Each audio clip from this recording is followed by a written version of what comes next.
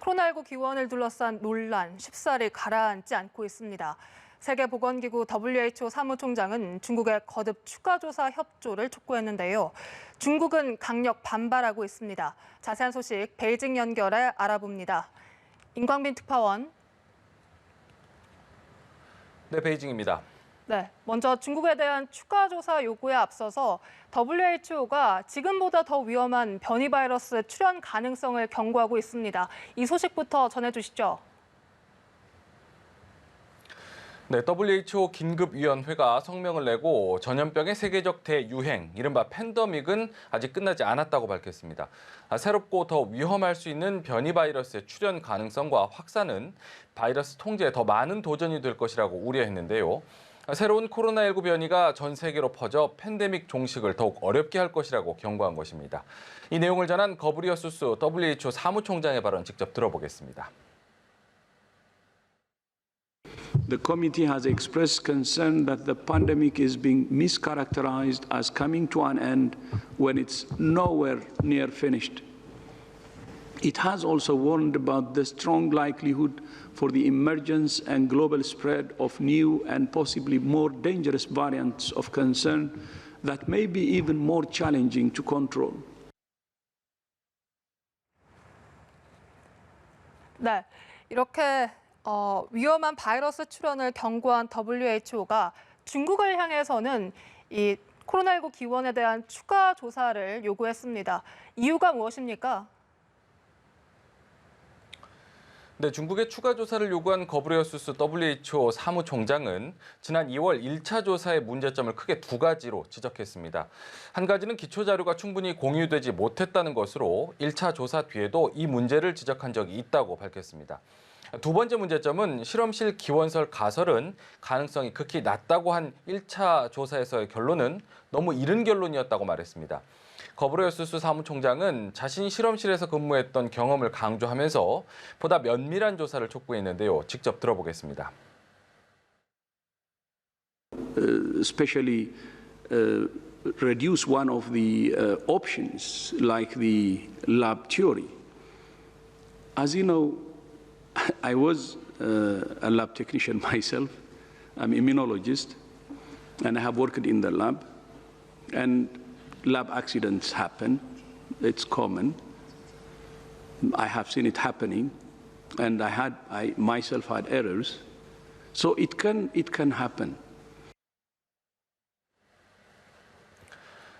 네, 지난 2월 중국 우한에서 현장 조사를 벌인 WHO 전문가 조사팀은 박쥐에서 시작된 코로나19가 중간 숙주를 거쳐 사람으로 전파됐다는 가설에 무게를 뒀었는데요.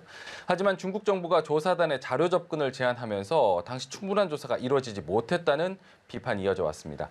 WHO는 거브리어수스 사무총장이 곧 194개 회원국을 상대로 코로나19 기원에 대한 2단계 조사에 대해 브리핑할 예정이라고 전했습니다. 이에 대한 중국의 입장은 어떻습니까? 네, 중국은 우방국을 통해서 WHO를 압박하고 나섰습니다. 중국 외교부는 세계 48개 나라가 거브리어수스 사무총장에게 코로나19 기원 문제를 정치화하는 것에 반대한다는 내용의 편지를 보냈다고 밝혔습니다. 외교부 홈페이지를 통해 공개된 입장문을 보면 구체적으로 어떤 나라인지 일일이 열거하지는 않은 채 개발도상 국가라고만 설명을 했는데요. 이 나라들은 WHO 전문가들이 중국 우한을 방문한 뒤 지난 3월 30일 발표한 조사 보고서를 기반으로 기원 조사를 해야 한다는 주장을 했다고 설명을 했습니다. 또 코로나19 기원 문제를 정치화해서는 안 된다는 중국의 기존 입장에 힘을 실어주면서 WHO 사무국은 회원국과 협력해 기원 조사를 추진해야 한다는 점을 강조했다고 덧붙였습니다. 중국은 또 바이러스의 추적에 대한 중국의 개방성과 투명성은 국제 전문가들에 의해 완전히 인정됐다고 주장을 했는데요.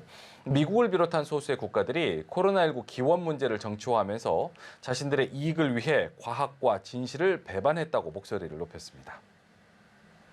그리고 최근 중국산 백신이죠. 시노백을 두고 논란이 확산하고 있습니다.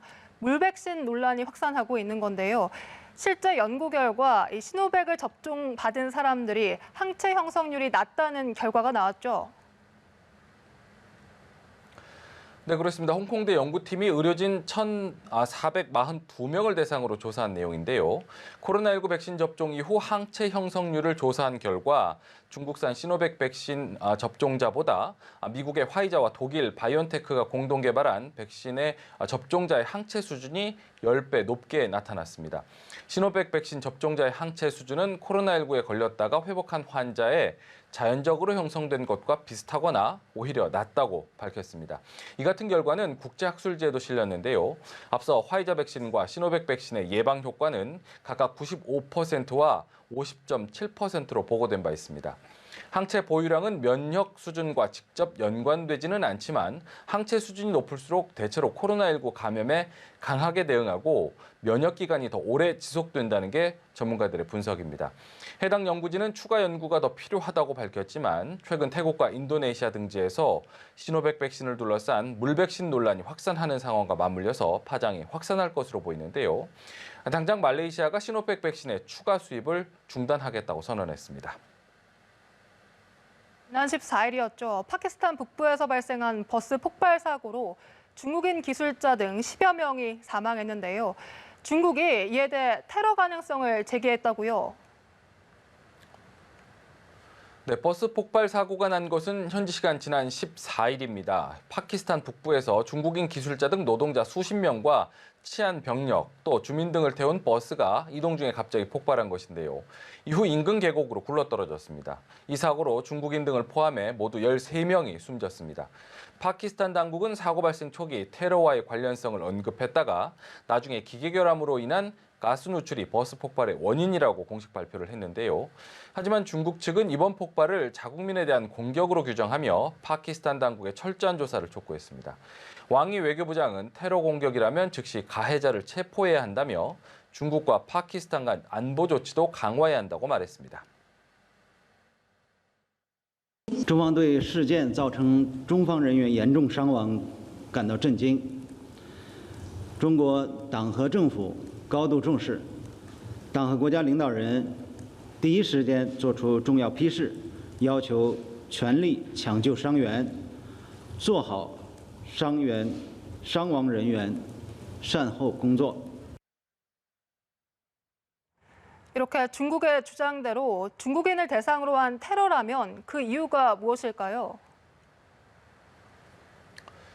네, 홍콩의 사우스차이나 모닝포스트 신문은 전문가 인터뷰를 인용해 아프간에서의 미군 철수에 따라 파키스탄에서도 테러 위험이 커지고 있다고 분석을 했습니다.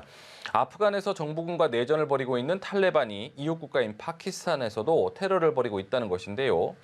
중국은 최근 아프간 정부군과 무장 조직 탈레반 간의 중재자 역할을 자처하며 아프간 문제에 적극 나서는 모습입니다. 이에 대해 탈레반은 미군이 아프간 철수를 선언한 이후 영향력을 확대하고 나선 중국을 새로운 악당이자 강대국으로 보고 있다고 신문은 전했습니다. 신장 위구르 무슬림 공동체에 가혹한 대우를 하는 것 역시 이들로 하여금 중국을 표적으로 삼게 하는 이유라고 덧붙였습니다. 한편 파키스탄에서는 지난 몇 년간 중국과의 1대1로 프로젝트가 늘면서 관련 노동자들과 중국인이 종종 공격에 노출되기도 했습니다. 지난 4월에는 파키스탄 탈레반이 파키스탄의 한 호텔에서 폭탄 테러를 자행해 4명 이상이 숨진 적도 있었습니다. 지금까지 베이징에서 소식 전해드렸습니다.